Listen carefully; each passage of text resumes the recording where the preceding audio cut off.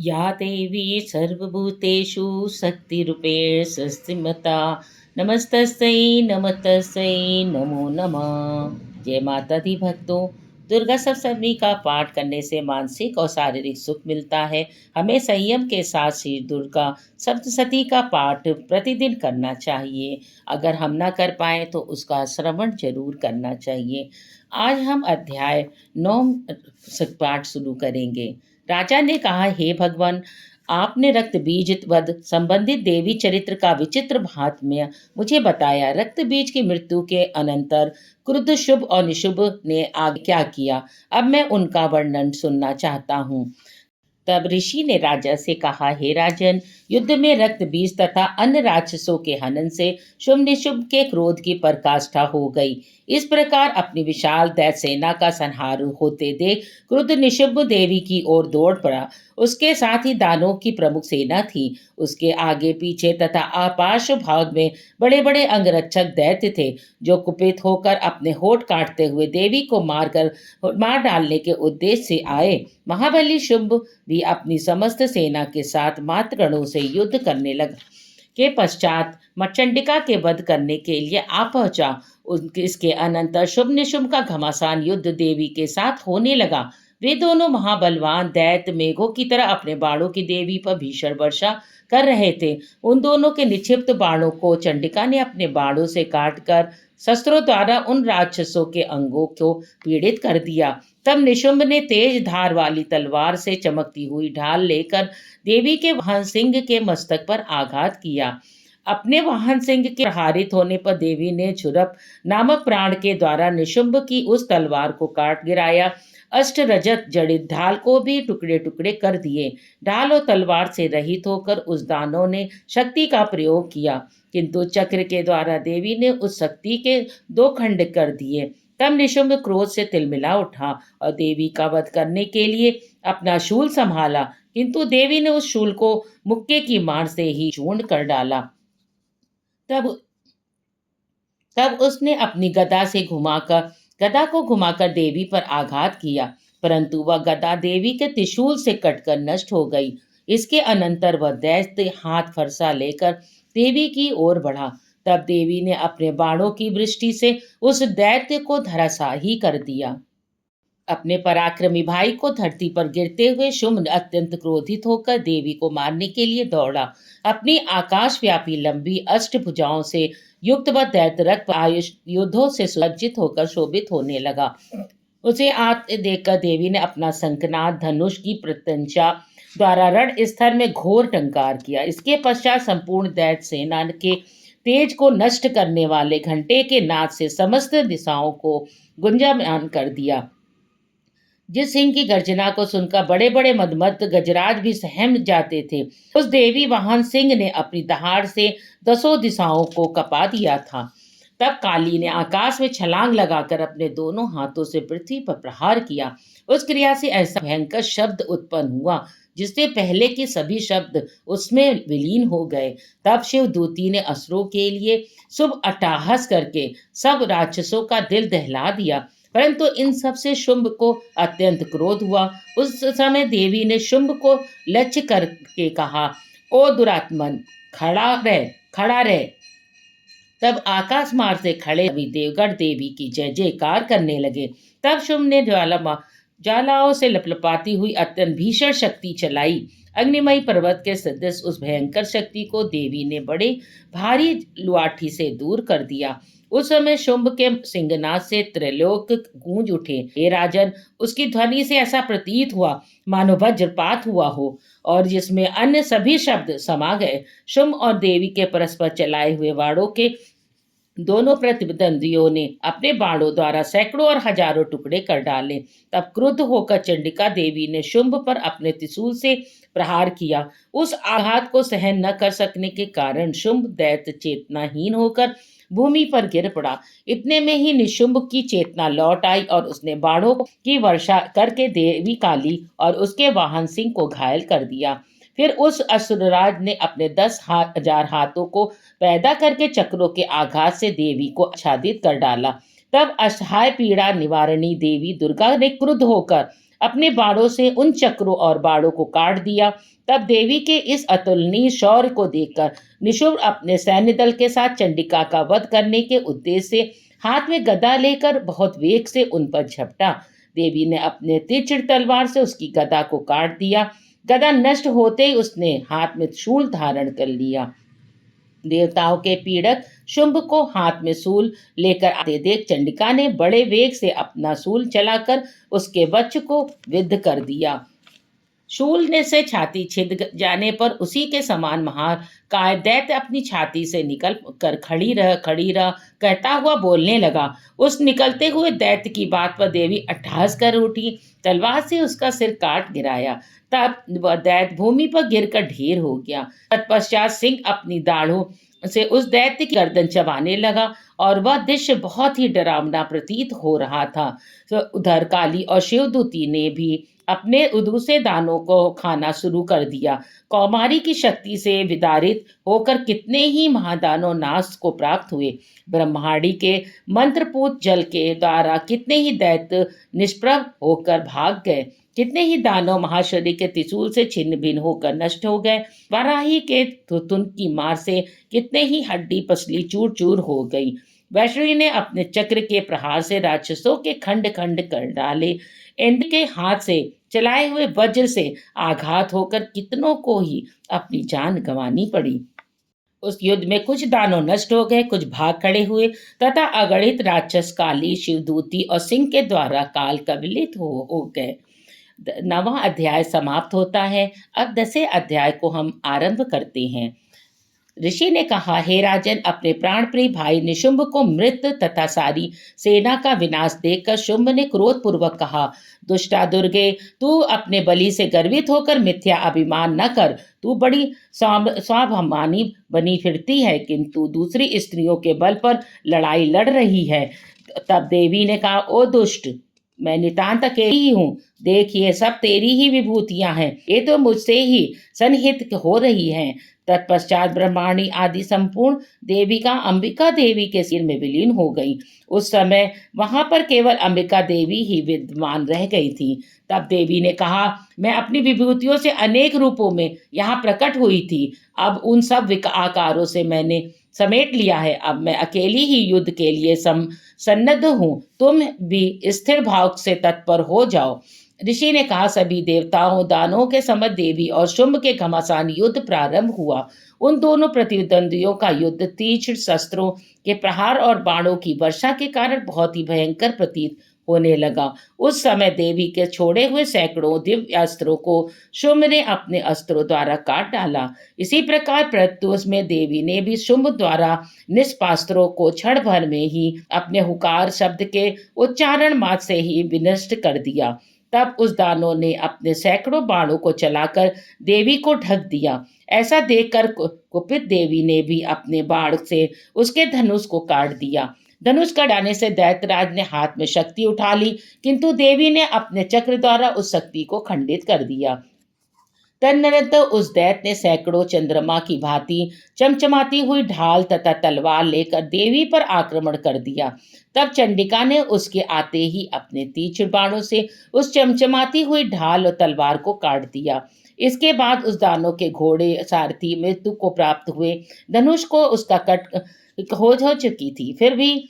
फिर तो अब उसके अंबिका वध के लिए भयंकर मदगर हाथ से उठाया। उस मदगर को भी देवी ने अपने बाणों से काट दिया।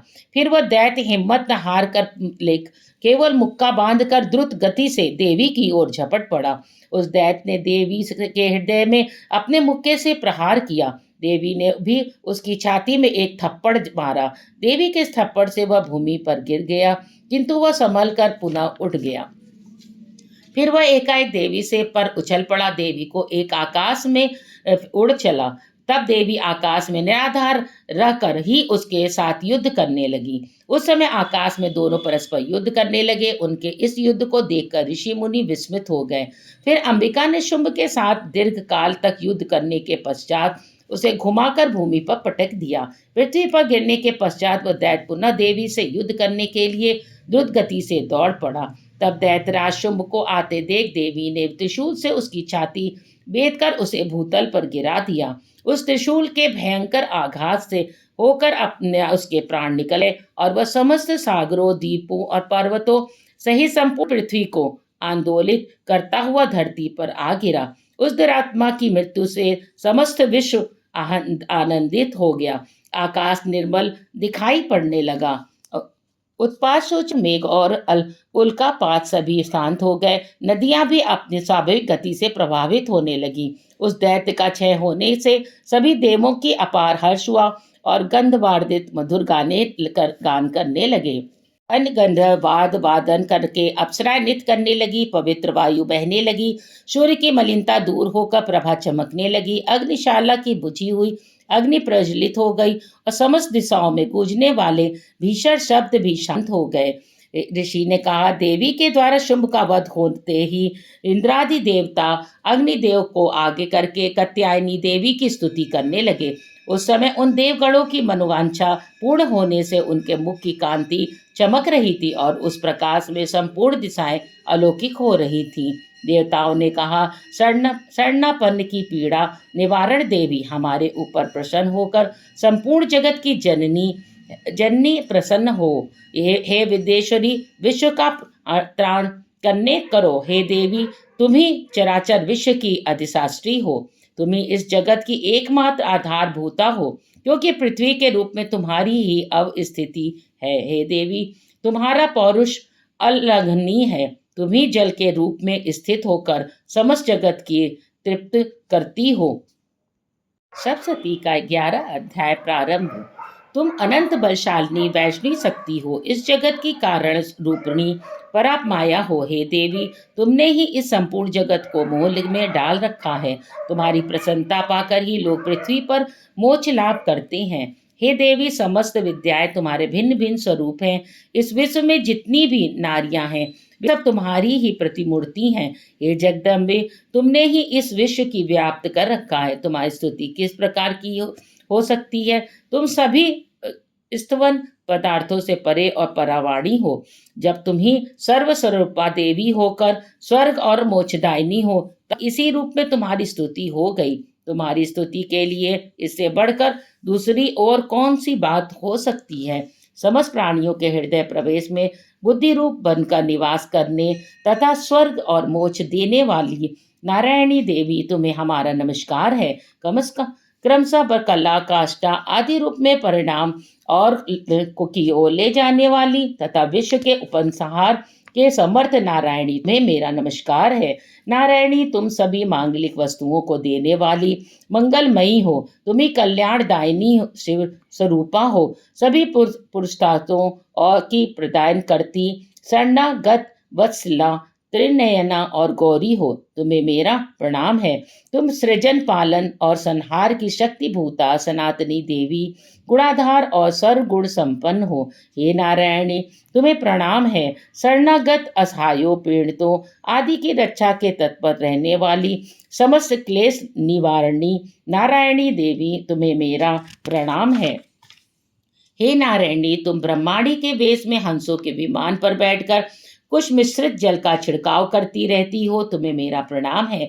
माहेश्वरी रूप से त्रिशूल, चंद्रमा और सांपों की धारणा करने वाली तथा बैल की पीठ पर बैठने वाली नारायणी देवी, तुम्हें नमस्कार है। मयूरों और मुर्गों से आच्छादित महाशक्ति धारणी कौमारी रूप वाली निष्पापे नारायणी, तुम्हें मेरा अभिवादन है। शंख, चक्र, गदा और शंख धनुष रूप श्रेष्ठ अस्त्रों को धारण करने वाली वैष्णवी शक्ति संपन्ना नारायणी, तुम प्रसन्न हो और तुम्हें प्रणाम है। हाथ में भयानक चक्र, दाढ़ों पर पृथ्वी को उठाए वाराही रूप वाली कल्याणमयी नारायणी, तुम्हें नमस्कार है। दैत्यों के वध के लिए भयंकर नृसिंह रूप से उद्योग करने वाली त्रैलोक की रक्षा में तत्पर रहने वाली नारायणी, तुम्हें नमस्कार है। मस्तक पर किरीट और हाथ में महावज्र धारण करने वाली, शस्त्र नेत्रों से युक्त होकर विदीप्त प्रतीत होने वाली, वित्रासुर का वध करने वाली इंद्र शक्ति स्वरूपिणी नारायणी देवी, तुम्हें प्रणाम है। शिवदूती बनकर दानों की असंख्य सेना और संहार करने वाली, भयानक रूप बनाने तथा विकट गर्जना करने वाली नारायणी, तुम्हें प्रणाम है। दानों के कारण विकट मुख वाली, मुंडमाला से विभूषित मुंडमर्दिनी चंड मुंडारूपिणी नारायणी तुम्हें मेरा अभिवंदन है। लक्ष्मी लज्जा महाविद्या रिक्षा श्रद्धा पुष्टि स्वधा ध्रुवा रात्रि और महाअविद्या रूपा नारायणी आपको नमस्कार है। मेघा सरस्वती श्रेष्ठा ऐश्वर्य रूपा पार्वती महाकाली संयम पारायणी तथा आ सबकी अधिष्ठात्री नारायणी तुम्हें नमस्कार है। स्वरूप सर्वस्वरूपा सर्वेश्वरी सर्वशक्ति संपन्ना दिव्य रूपा दुर्गे देवी आप सभी हमारा सभी भयों से रक्षा करें तुम्हें नमस्कार है।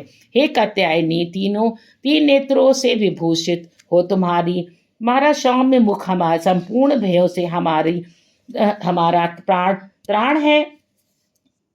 हाँ, तुम्हें हमारा प्रणाम है। भद्रकाली ज्वाला की लपटों के कारण विकट प्रतीत होने वाली अत्यंत भीषण समस्त दानों का संहारक तुम्हारा त्रिशूल हमारी रक्षा करे तुम्हें मेरा नमस्कार है। हे देवी संपूर्ण जगत जिसकी ध्वनि से व्याप्त होकर दानों को निष्पष्ट कर देता है, वह तुम्हारा घंटा हम लोगों का कलुष से उसी प्रकार रक्षा करे जिस प्रकार माता अपने पुत्रों की अशुभ कर्मों से रक्षा करती है। हे चंडिके राक्षसों के रक्त और चर्बी से चर्चित तुम्हारे हाथों से शोभित होने वाला खड्ग हमारा मंगल करे। हे देवी तुम्हें हमारा प्रणाम। हे देवी तुम्हारी प्रसन्नता से समस्त रोगों का शमन होता है। क्रुद्ध होने से मनोअभिलाषा इच्छाओं का नाश होता है। जो लोग हमारे शरणापन्न हो गए हैं उन पर विपत्ति की छाया भी नहीं पड़ती है। तुम्हारे शरणागत लोग अन्यों के शरण दाता बन जाते हैं। हे देवी अंबिके तुमने उन विधर्मी महादानवों का संहार करके अपने स्वरूप को विभिन्न भागों में विभाजित करके किया है। हाँ, तुम्हारे सिवा अन्य कोई इसे नहीं कर सकता था। विद्याओं के ज्ञान को उद्दासित करने और शास्त्रों से में तथा वेदों में तुम्हारे अतिरिक्त और किसका वर्णन है।